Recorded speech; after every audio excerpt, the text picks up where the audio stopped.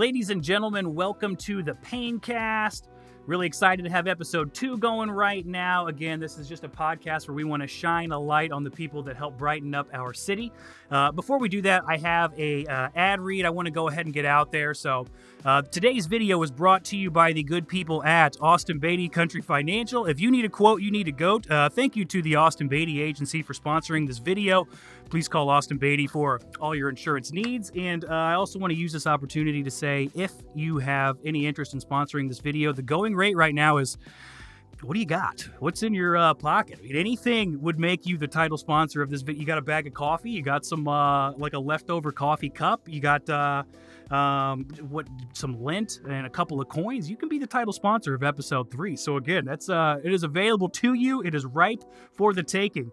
Want to introduce our guest for the day. A friend of mine, a guy who has tattooed me 5 times so far. It is Mr. Vincent Aguilar of NewLife Tattoos. Vince, thanks for coming by, buddy. Yeah, thank you. Yeah, thanks for having me on. Yeah, absolutely. I'm excited to be here. Hey, before we get started here, plug, promote any of your socials, where people can find you, follow you, all of that stuff. Right. So I'm a tattoo artist in town here. Really, the only thing I have is my Instagram, Imperfect Medium. That's my Instagram handle. Otherwise, my tattoo shop is NewLife Tattoos. Also, that's on Instagram. So that's just the easiest way to see all my stuff and kind of go from there. So sweet. Yeah. So while we're talking tattoos, I just want to say, like, how did you get started into tattooing? So in terms of like, how did I get to like where I am now? Yeah, hit me with both. I want to hear how you started getting tattooed and then how that transitioned into. Well, yeah, I mean, it was, I got my first tattoo 19 years old when I was going to school at ISU. Mm-hmm. Shout out to the Redbirds. First tattoo 19, and once a year for a while. Then I moved to Chicago after college, and then it turned out to be, started having my own money, so it's kind of went from there. As far as when I started to think about doing it as a profession, it was kind of like I was in my early 20s. I had gotten my degree, but I didn't want to do the thing I got my degree in as a career. I just wanted to have fun and playing bands, play music, all that stuff. And I was working at restaurants and food service jobs, and it was good. I was having a good time, but then it was sort of becoming a thing where I was like, man, I don't want to be in food service the rest of my life. Nothing wrong with that. Sure. But it was also like, I was either going to have to like start looking into like progress into upper management stuff or own my own business. Either way, I'd be locked in for life at that point. Probably. Right. I mean, reasonably. So, or at least it'd be harder to change to something later. So like I'm being without a lot of money or not the most fun thing in the world. Yeah. So needed a change. So 23 or 24, I decided, well, I was pretty heavily tattooed at that point. And I was like, well, I guess that's about the only other thing I could think of. Like music, you're not making money off music. Sure. I mean, unless you're like super, super lucky. Right. And even then, people who like go super, super, super hard, like they're just making a comfortable living, but they're really just, it's, I know people who do that. Just a comfortable living, and it takes so long, so much effort, and it's fun, but at the same time, it's not really, when I think of how I play music, it's just not, I don't want to think of it as a job, because you got to think of it as a job. Sure. At that point. So I was like, well, tattoos seem cool. I like them a lot. I like the history, all that stuff, and I was like, well, I don't know how to draw. Yeah. At all. Right. So that was kind of the sticking point. Sure. So then I just started trying, and years later, moved down to Champaign and got my apprenticeship opportunity here. So is that what brought you to Champaign? In a sense, I mean, it wasn't not that. Yeah. I was dating somebody at the time, and we both retired to Chicago. I was living in Chicago for 4 years at that point. So it was kind of a thing where I was like, well, this is cool, but also not that cool. Yeah. So to live in at least. So, sure. My girlfriend at the time wanted to go to grad school here, and I knew a lot of people here from music stuff, and I was more than happy to live in Champaign. Also, I knew about the tattoo shop I worked at and the owner ahead of time. I was like, well, I'd be happy to live in Champaign, and Sure. maybe someday I can get lucky and get in there, because I know the owner of the shop Right. Tilt had taken apprentices in the past, Mhm. so it seemed like a little more possibility than the just the endless possibility in Chicago, which Sure. is almost overwhelming. Sure. So I want to talk about the apprenticeship, because that Sure. is like something that I think is neat and almost unique to some of these trades that are a little bit, like working with your hands. We don't have that in insurance, right? Sure. It's a completely different thing. So tell me about how you kind of get started, and what is the progression of an apprenticeship into what you do now? Right. So it's different for everybody, literally everybody, on multiple sides of the issue. So you have every teacher is different, every student is different, right? Mhm. So, and there's a bunch of different ways to get into tattooing, starting from literally just buying a machine off of Amazon or wherever you Mhm. can buy it, and then getting whatever, practicing on yourself and your friends, or in terms of an apprenticeship. That also can mean a lot of different things. You could pay somebody for a specific amount of time and this or that, or you can kind of luck into a position where you can, which is what I was able to do, which is to basically be useful to the person who Yeah. I wanted to learn from. Like, okay, you want to learn from me? Well, I'm not going to charge you money necessarily, but I'm going to charge you in labor or Yeah. whatever. So for me, it was I was able to help my mentor in a bunch of different ways. And So are you like taking out trash, taking phone calls? Are you like, what kind of things do they have you doing around the shop before you're like tattooing? Or is like, how much of your time is spent just like, all right, you get to watch me today, like do what I'm doing? Like, what does that look sure. like? So I mean, it was part of it was just a lot of cleaning and taking out the trash, and also it's a lot of it was learning what I should be doing. Yeah. Between not only just me and the owner of the shop, but the other people who Mhm. work there. So, and at our shop, I mean, we don't have a secretary, we don't have a front desk person, so Mhm. everybody sort of is their own secretary Mhm. in that sense. Always has been like that. But so I wasn't always answering the phone, but being there all the time, I was kind of like the person who had the most free time. Yeah. So yeah, I learned piercing first, so I do piercings as well as tattoos. Mhm. So I was learning the piercing first, and then moving on to the tattoo aspect. A lot of watching the owner tattoo Mhm. before even picking up the first thing. So Yeah. there's a lot of different stuff, and I was also working with the owner with different projects as well. Mhm. So that also had to do with tattooing. Sure. So a lot of cleaning, a lot of talking to people, setting things up, being a middle person when it was appropriate, and then also just kind of like being my boss's secretary at times when I was needed to be. Right. So it's kind of a hodgepodge of ever shifting responsibilities and expectations. Sure. So, yeah. Because I remember when I met you, that would have been the first time I think I saw you was at the Benefit for Zeke, right?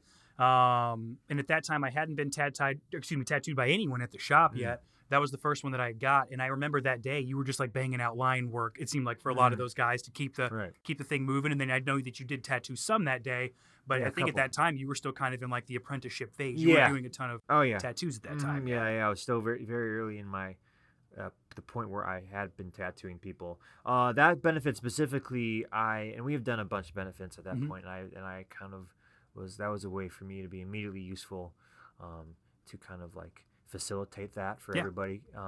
But that one specifically was one that me and the owner of the barbershop portion of our business, which we share. One of our build locations shares a business with the barbershop. Yeah. And so the owner of that aspect of the business, him and I organized that whole thing. So that was kind of which I, at that point with the benefits, I'd been sort of like a point person, kind of facilitating everybody, doing all the just making things run smoothly. But at that time, it was a little even more so. Yeah. So at that time, I was doing a lot of line drawings or just figuring everything out. Yeah. You know? I mean, most things out, a lot of things. Sure. I shouldn't say. I got a lot of help. But So when did you start tattooing then? Like how long into the apprenticeship before they kind of turn you loose on some tattoos then? So for me, it was, so I learned piercing first, and then a year into the start of my overall apprenticeship, I had, did my first tattoo on somebody else. So August, or late July 2018 is when I first did my first one on somebody else. I did a couple on me beforehand, just in case I was like literally tearing holes in people. But, Right. But yeah, first person July 2018, and then just sort of like a couple times a week or once a day. If I was a few times a week, I'd get friends in or whatever.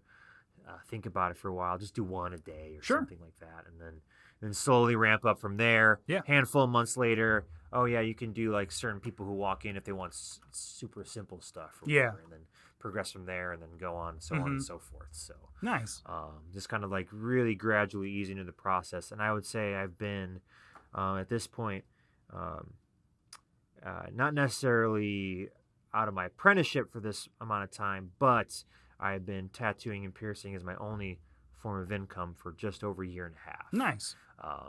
That's the over a year and a half ago was when I quit my last night job. Sweet. And was just doing this. That's awesome. Yeah. So you've been at it for a while now. What are because I think people have like a lot of the same questions. What are some pet peeves that a tattoo artist would have? Oh, I mean, it's kind of, you kind of have to hold that to your chest a little bit, right? Because I mean, something that's a pet peeve for me is like, it's just something you kind of have to deal with. It's a customer service job, right? Yeah. So like you have to take, and I don't want to seem like I'm like complaining about goofy stuff like that. Sure. So I kind of don't really want to I don't want to be too open about that, I guess. I guess the most pet peevey thing is just, people's attitudes, You get beat up about price?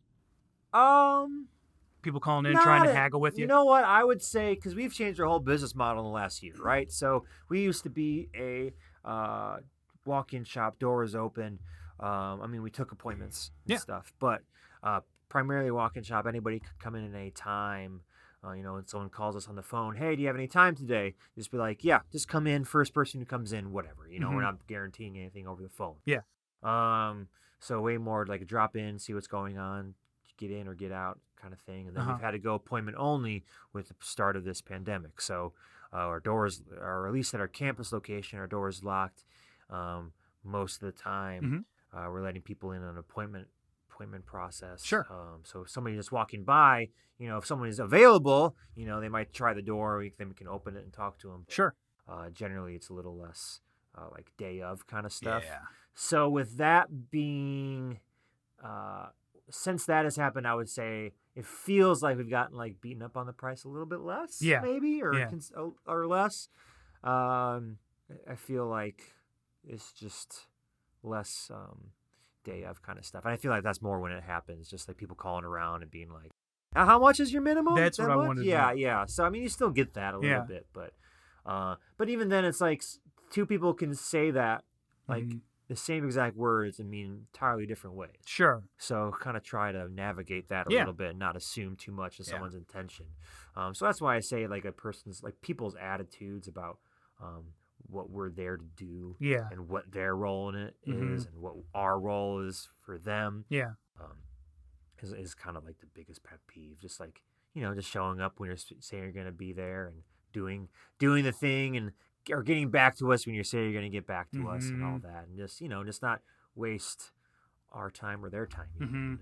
Like it's kind of a general, something you have to like case by case kind of thing. Yeah. More than just like a specific thing for me, at least. Sure. I know when I talked to Tilton about some of like the, I know some of the things that I think would be hard as the tattoo artist would be like, you draw up this big thing. You got this, or, you put this whole big thing together and the person maybe does a session. Maybe you get the line work gone. Yeah. Something like that would be tough because you spend all of that time. It's not just the time that you get paid for tattooing. It's all of the thought that you put into making this thing and the care come together. and all that kind of stuff. Thankfully, I mean, me being early on, In my career here, I haven't had to do too many multiple session sort of things. I mean, a couple, but mostly just like 2 sessions and done, right? So I mean that kind of thing happens more when you have like a full sleeve or a back piece where it's like 10 sessions, right? 5. I mean 5 depending on how well you sit or whatever, and up, So, so Tilt has done a lot of that for many years, so he has way more experience with me, but than me. But I get it on a micro level a little bit, Sure. So, where you have somebody come in and you draw something, and they come in, they're just like, can we change it? Fine. Sure.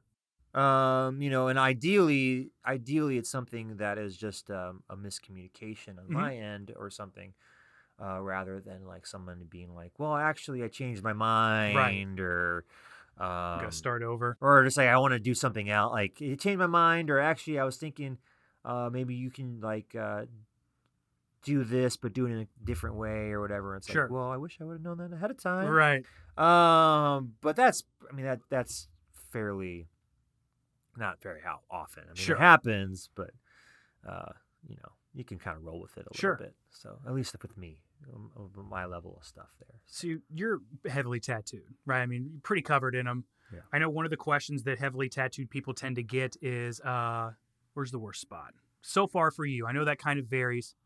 Sternum? Yeah, I mean, it's the worst. But then also, too, so I have a massive full back piece in progress. And at that point, it's like, that is the worst tattoo pain I've ever felt. Right? So, not the whole, I mean, all of the back isn't terrible, but a lot of it is. Yeah. And it could be like inch by inch with how bad it is, too. So it's kind of, I would say the worst tattoo pain are parts on the back, but then again, because I can't really see where it is, I can only kind of generally guess, like general areas. So I would say pretty much anywhere on the torso, you're kind of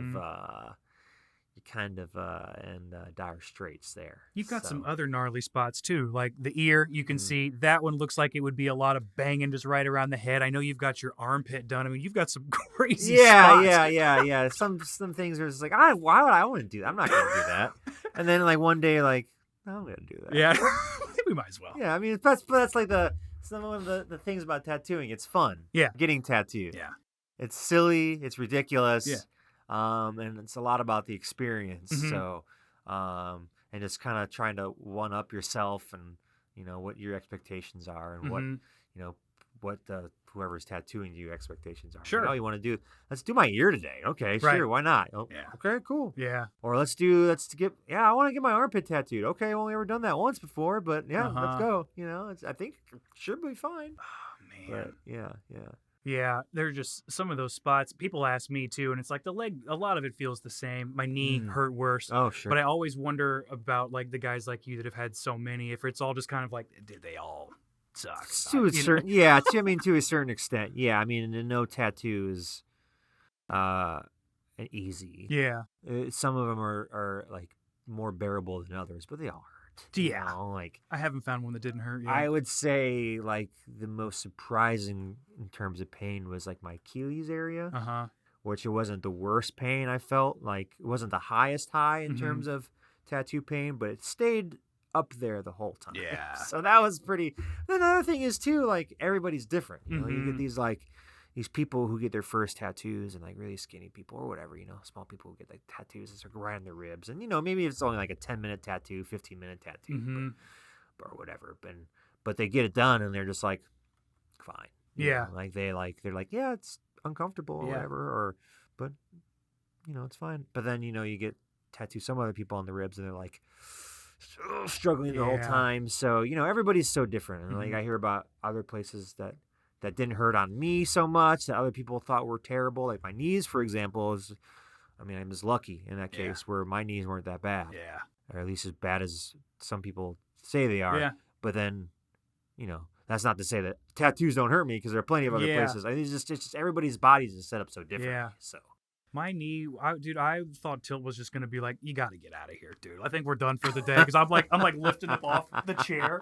He's like, where are you taking it? I'm like, I don't know. Anywhere else, dude. I'm dying. Somewhere not here. I'm dying. Yeah, that's how I feel when he works on my back. So. Yeah. I get it. Yeah. Well, listen, I know so much of your job is customer service, right? You're working with the people. You've got these requests coming in. So got a little test for you. In fact, we got 2 questions for you. Okay. And what I want you to do is steer me. Okay. You got to steer me because in this case, it's my 18th birthday. Okay. I'm walking into the shop and I have an idea in my head, but I need your professional opinion to kind of tell me where we're going. Okay. So it's my 18th birthday. I'm interested in starting a SoundCloud rap career. Naturally, yes. My mom thinks it's dumb. She doesn't like the idea at all. So I'm considering, just to commit myself, getting I Am Music with a K across my palm, just to kind of force myself to commit. But I'm open to suggestions. What do you think I should do here? Okay, so when it comes to like someone coming in and getting their first tattoo, like on their hand, it's a thing where I'm gonna ask a couple times because everybody's their own person. Yeah, you know, adults make adult decisions and have to live with them. So it's not for me to tell people what to do. And that's kind of how I approach when it comes to people coming in. It's kind of how I approach tattoos in general, because it's like I'm gonna give you advice, but whether or not you listen to it, it's kind of on you. Yeah, but I'm not gonna take someone's money without at least saying something if I feel like there's an somewhat ethical or just like something, in this case. So 18-year-old kid comes in, and I mean, done it before. It's gone both ways. 18-year-old kid comes in like, I want to get my SoundCloud rapper stuff going, or whatever. I'll be like, are you sure? Yeah. Especially if, first tattoo, even if it'd be like the third or fourth or whatever, but first tattoo, it's like, maybe let me hear some of your music first. Well, yeah. Let's see if you actually have a chance here. Right, yeah, exactly. But no, it's like, okay, for real, like, you're 18 years old, right? Do you know what you want to do for the rest of your life? Yeah. Are you in a career path that you're going to be sticking with for the rest of your life? Currently, right now, to the rest of your life. Yeah. Right? Or for at least for a while. The answer is, at 18, 99% of people no. Right? So, fact of the matter is, even though it is 2021 at this point, it's like we still, people see the hand tattoo and that's all you need to see. Mm-hmm. And that could be the difference. Even if it's like you're still in consideration, right? Yeah. You can be in you can be in a foreign interview process, and you have 2 candidates, and they're both the same, or pretty similar. It could literally be the deciding factor, right? Between being like, well, they're both pretty good. It's a hard time picking, but then this person just doesn't have a hand tattoo, right? And it doesn't, like, whether or not that's cool or fair or this or that, it doesn't matter. Yeah. Because it is what it is. It is what it is. Yeah. It only needs to happen so many times, right? So, when it comes to that, it's like, I'll do it if you want me to, but you really got to think about it. Okay. Well, and before I take your money, but at the same time, it's like, I'm only gonna tell you no a couple times, right? And you keep saying yes. At that point, it's like, well, if I say no and I'm just like, get out or whatever, like, who knows where they're gonna get it done? Sure, they still want to get it. It's like, if I tell them no and they're not convinced, then they're gonna get it done. Yeah, sure. So at that point, the best I can do is give them something I think is quality work. Right. If I think I can do it. Yeah. If I think I can do what they're asking the best. So. Well, you've convinced me. I've decided not to get that tattoo. But scenario number 2. Okay. So I walk into your shop. I got this Disney tattoo on my back. It's pretty cool. But I don't know that I like it long term. I'm wondering if you could possibly make it cooler. I'm going to show it to you, and then you can tell me like what I can do with it. So hang on just a second here. I got this back here, and it's not bad. I just wonder, do you think you can work with this, or like what should I do to fix it? Granted, I'm letting you know right now, me laughing, right? Yeah. That would not happen. Right. It would happen in my head. Yeah. It would happen in my head. Oh man, I mean, listen, I've had something like that before, right? Like people come in and I mean, fairly recently, not that tattoo, Yeah. right? But that sort of quality, and oh man. I would think you run into some rough ones, right? Some ones, and what do you kind of tell? Because it is a delicate dance, It right? is delicate. You can't. I don't want to shame somebody. Right. I don't want to tell somebody they have a bad tattoo if they're like, unless they tell me. Yeah. Unless they lead with like, it just wasn't that good, or it didn't come out how I wanted it to, or like this or that. Got to be very delicate. Sure. Right. Because customer service, you know. Correct. And you get the stories of the people come in who are just like, yeah, I went to this tattoo shop and they laughed me out of the shop, or they were like this or that. And I don't want to be that person. No, that's me. I'm not, outside of just the customer service standpoint and the reputation standpoint, I'm just not that kind of person. Yeah. So you're a good guy. I try. Yeah. But yeah, I mean, it's like that. It's like I've had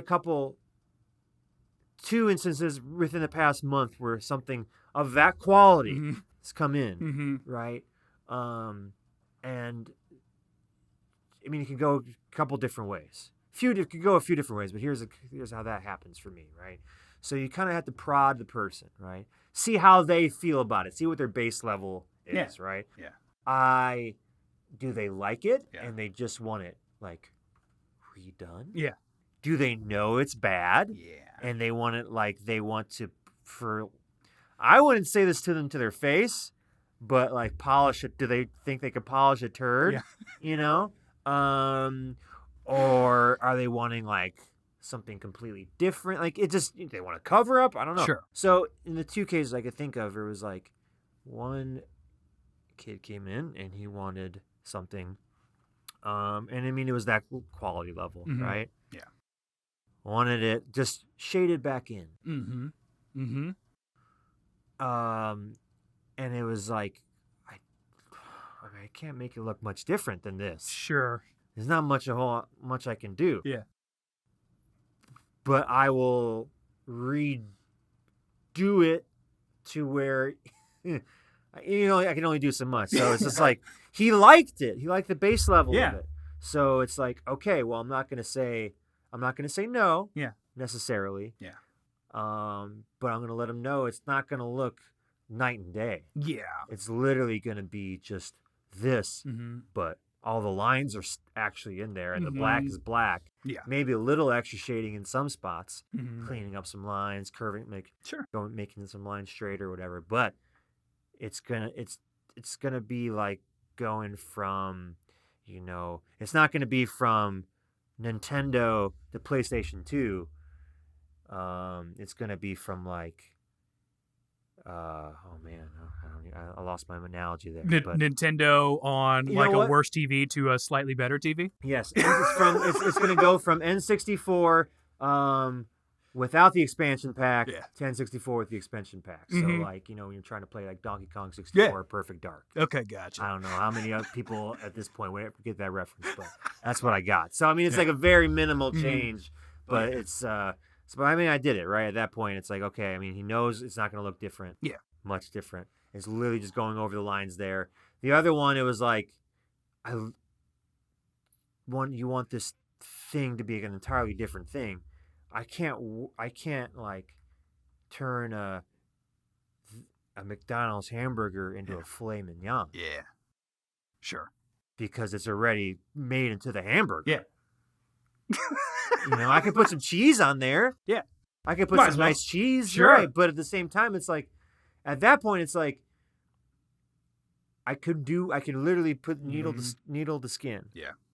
But based on what you're saying, I don't think it's going to be what you want it to be. Yeah. And at that point, I'm taking your money, and it kind of seems like I'm like taking your money on false pretenses. Yeah. And I never want that to happen. Sure. Even if they're saying it's not going to be like that, right? So you don't want to deal with that. Yeah. So, it just kind of depends. It's like at that point, it was like the other one I'm talking about is like, yeah, you probably just need to like either go to somebody who is like way, way, way, way, way, way, way better at what you actually wanted this to be. Yeah. Like a portrait. Yeah. You want to go with somebody who's like a master of portraits, and maybe they can turn this into like a C+.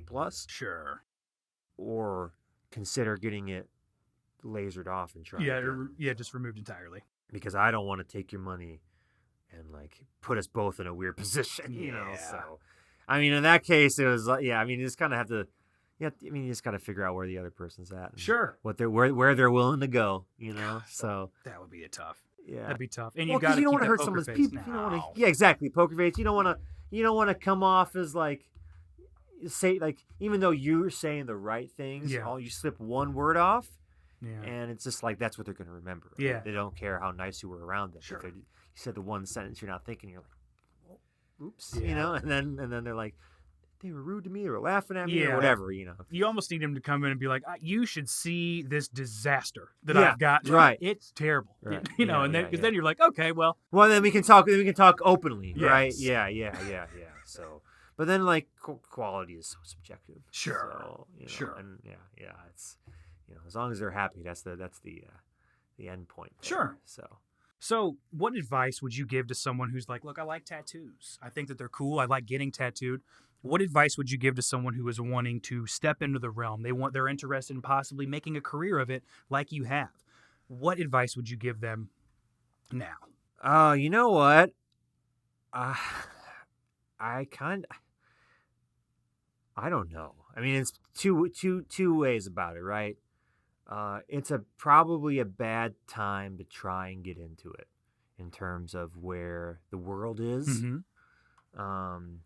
I mean, because for example, our shop is doing great. Mm-hmm. I'm doing fantastic. Mm-hmm. But I can't speak for everyone. Mm-hmm. It's definitely the pandemic has sort of blown the whole thing wide open and made things a lot more chaotic. Yeah. So a lot of places are struggling. Some Sure. places are thriving. Mm-hmm. Some places are doing the same. But it is a lot. I have a feeling that it's a lot less attractive to try and take somebody on at this point, Mm-hmm. unless you're like looking to take advantage of somebody, which happens often enough. Like I Mhm. can't deny that happens. So, I don't know. I would say if you're really thinking about it, I guess it boils down to just being in it for the long haul Mm-hmm. and knowing and accepting that your desire to want to do this is a years-long thing. Mm-hmm. It could be a years-long thing. Sure. And it doesn't matter how long it takes once you start getting into it. Mm-hmm. It's the rest of your life. Sure. Right? So, other than that, I mean, it's hard to say because to be honest, I've had people ask me for, advice, and to a certain point, it's just everybody's so different. Mm-hmm. The ways to get in, it's a lot about being in the right place at the right time. Sure. Luck, Mm-hmm. and sometimes you just need to get in that crappy situation just to get your foot in the door and Sure. then go somewhere else. But it's so case by case. It's hard Mhm. to tell. And then, people will ask you for advice and you feel like you give them a lot of stuff to work with, or you really put care and time to think about it and how you can work with, and you don't get a response back, or you just get like a, huh. Yeah. You know what I mean? It's just like, why am I putting that much effort Right. into trying to advise people, Mhm. give people advice on something that I don't know? Sure. So, you know what I mean? Like Sure. at a certain point, it's like, how much effort should I really be giving Right. into giving somebody advice? So I think it really just boils down to if you really think you might want to do it, and all aspects of it, look into it long term. Mhm. Think about it long term. Don't think about trying to get into tattooing the next year. Sure. Maybe you can, if you're lucky, but that situation that you're in might not be the best. So, I would just say, the highest chance for success, long-term success, which is the point of tattooing, Sure. career you're going to have for the rest of your life, Mm-hmm. in my opinion. That's how I think people should look at it, is to think about it long-term. Sure. Kind of go from there. Other than that, hard to say. Yeah. Yeah. I would think right now with the pandemic, it's a tricky time to try and get into that craft, with all the different stuff. Yeah. I mean, really, because every single person at this point is in the circle of wagons mode, right? Yeah. I mean, we're a year in, but we're still trying to see what's going to happen in the future. Mhm. So, I mean,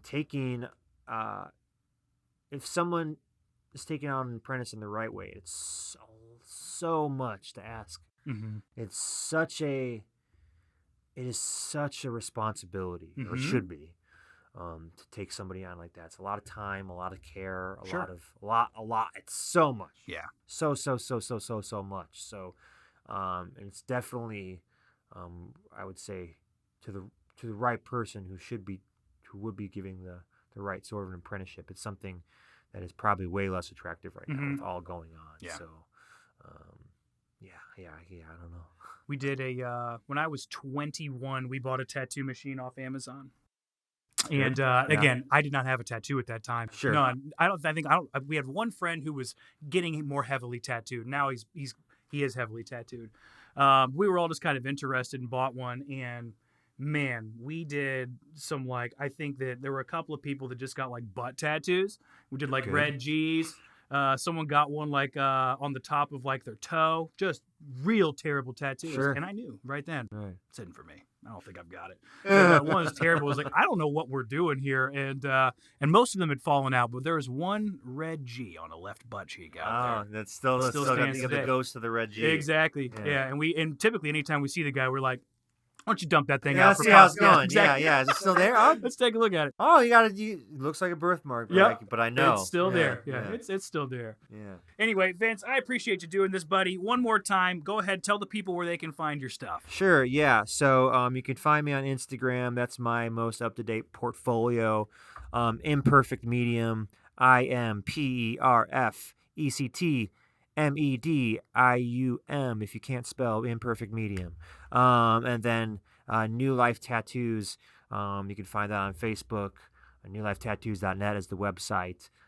That's also on Instagram, NewLife Tattoos. That's the tattoo shop I work at. But if you're interested in getting work done, my up-to-date portfolio is on Instagram. There's a slightly less up-to-date on the website, NewLifeTattoos.net. But I also take inquiries through email, Aguilar Tattooing, AGUILAR TATTOOING at Sweet. Gmail. So that is the way. Awesome.